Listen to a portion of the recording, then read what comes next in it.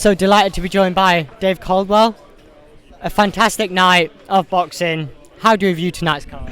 Do you know what? I enjoyed it. When I came, obviously with what happens to the show, I thought it's gonna be hard work. It's gonna be a struggle tonight.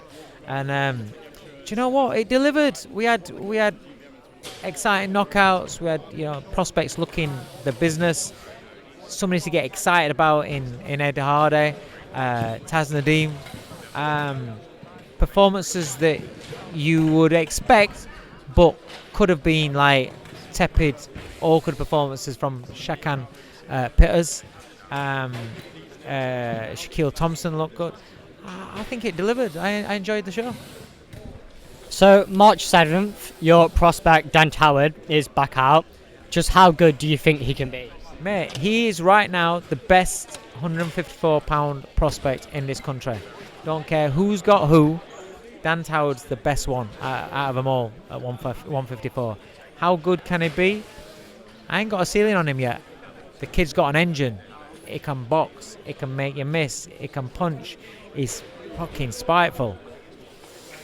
I don't know, but all I want is time with him. I want to be able to develop him.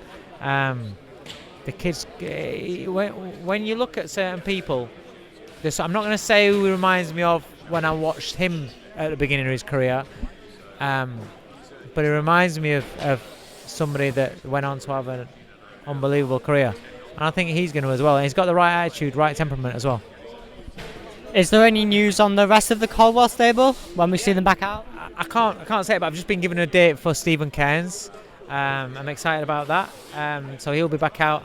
I can say it'll be April because I've been saying it's going to be April for a long time.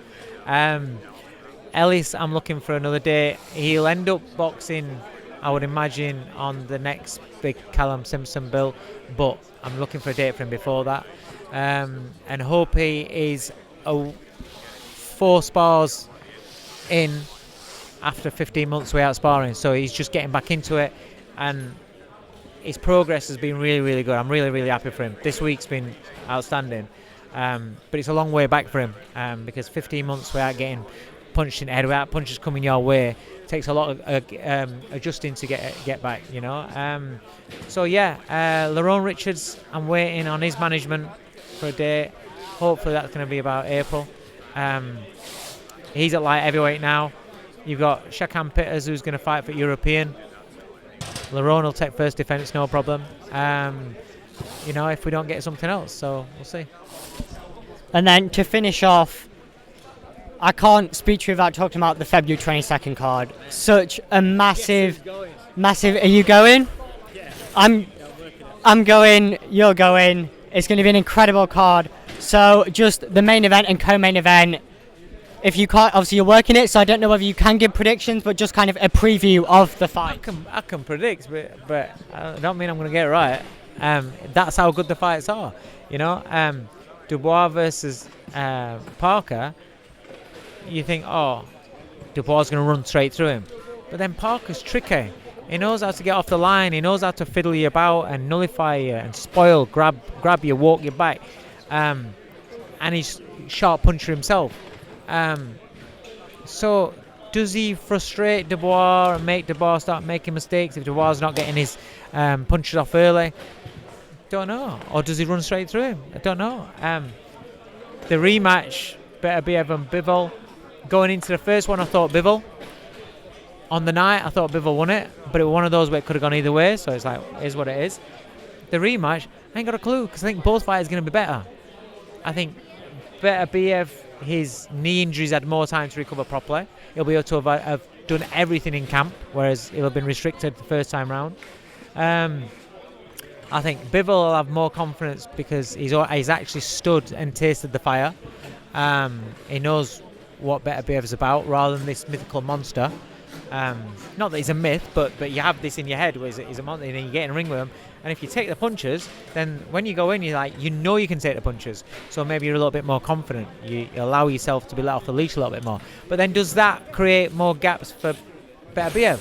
But also, Beterbiev in the first fight didn't go to the body for the first half of the fight. And after 5 rounds, I was like, I was with the Sky team and I was like, why is he not going to the body? I think he'll correct that for this time. because how he dragged Bivol into a fight down the stretch with body shots, that'll happen earlier. And then can Bivol get through more moments like that? So I don't know who wins the fight. I really don't. And then finally, the massive fight, British fight between Chris Eubank Jr. and Conor Benn at Tottenham Hotspur Stadium. Yeah, it's huge, isn't it? It's all about the dads and the characters of these two rather than the boxing accolades of them both. You know, these two have got massive personalities, hate each other, there's a lot of spite in there, and that's what we're in it for. So I'm looking forward to it. It'll be a good fight. Dave Coldwell, thanks so much for your time.